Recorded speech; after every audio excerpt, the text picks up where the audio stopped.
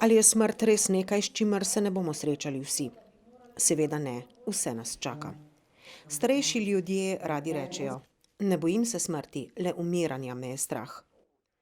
O paliativni oskrbi, moralno-etičnih dilemah evtanazije, počutju umirajočih in njihovih najbližjih, žalovanju in drugih podobnih temah so govorili na seminarju z naslovom Upanje za vse, paliativna oskrba in spremljanje umirajočih, ki ga na več lokacijah po Sloveniji letos pripravlja Slovenska Karitas.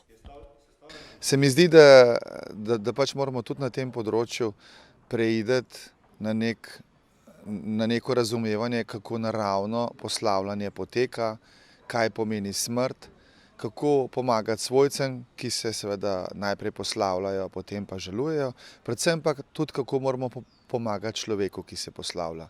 To je velikokrat težko z besedami, z dejanji, kot smo slišali tudi danes, velikokrat pomaga samo dotik. Ampak čim več znamo, čim več izkušenj imamo, čim več spoznanj imamo že pri mlajših letih, tem lažje seveda lahko sebi in drugim pomagamo. Morda moram poseči zelo daleč nazaj v svoja študentska leta. Moja diplomska naloga se je začela odvijati ravno na tem področju.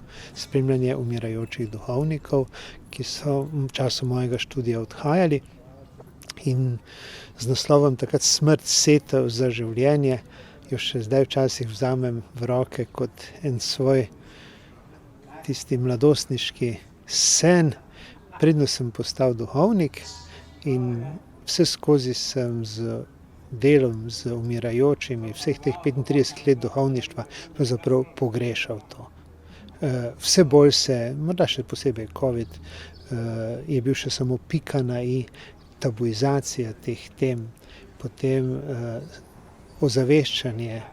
Lahko bi rekel sam, če se ne bi v letih dozorevanja srečeval pogosto s smrtjo svojih ožjih sorodnikov, verjetno ne bi tako močno čutil. Ampak nekje tudi odločitev za duhovniški poklic je šla po izkustvi smrti ožjih družinskih članov, v prometni nesreči še posebej brata, pa očeta v nesreči. Skratka, to me je oblikovalo in sem na ta vprašanja sam iskal odgovore v tistih letih še zorenja. Ja, meni je tukaj seminar zelo všeč, včerajšnje predavanje. Nekaj knjig sem o tem tudi že prebral. En tak dober občutek je, da tukaj dobim eno potrditev, to je pa res na nek način tako, kot si sam predstavljam. Ali pa, ja, kot pač imam neko percepcijo vse pa, da bi to bilo dobro.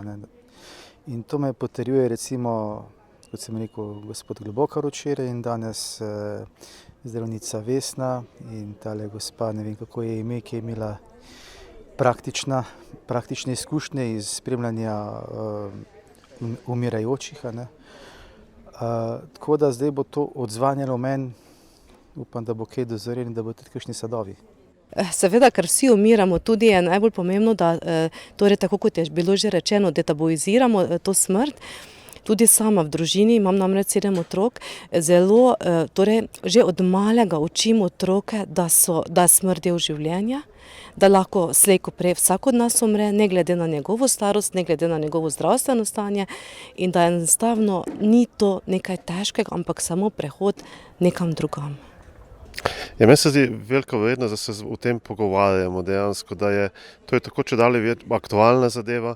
Vemo, da kot narod in kot civilizacija se staramo, vemo vse te aktualne stvari, tudi to predlog zakona o evtanaziji, to je, da se res o tem, da se obveščamo in osveščamo, ker se mi zdi, da je dejansko, tukaj sem zdaj izvedel, da smo slabo obveščeni, slabo poznamo stvari, so pa zelo pomembne stvari, to niso igrice, ko bi rekel, to so stvari o življenju in smrti, in se mi zelo pomembno res, da dobivamo neke obvestila, da lahko tudi potem to naprej nekje širimo neko informacijo, in na osnovi tega naj se pa pol ljudje tako ali drugače lahko odločijo.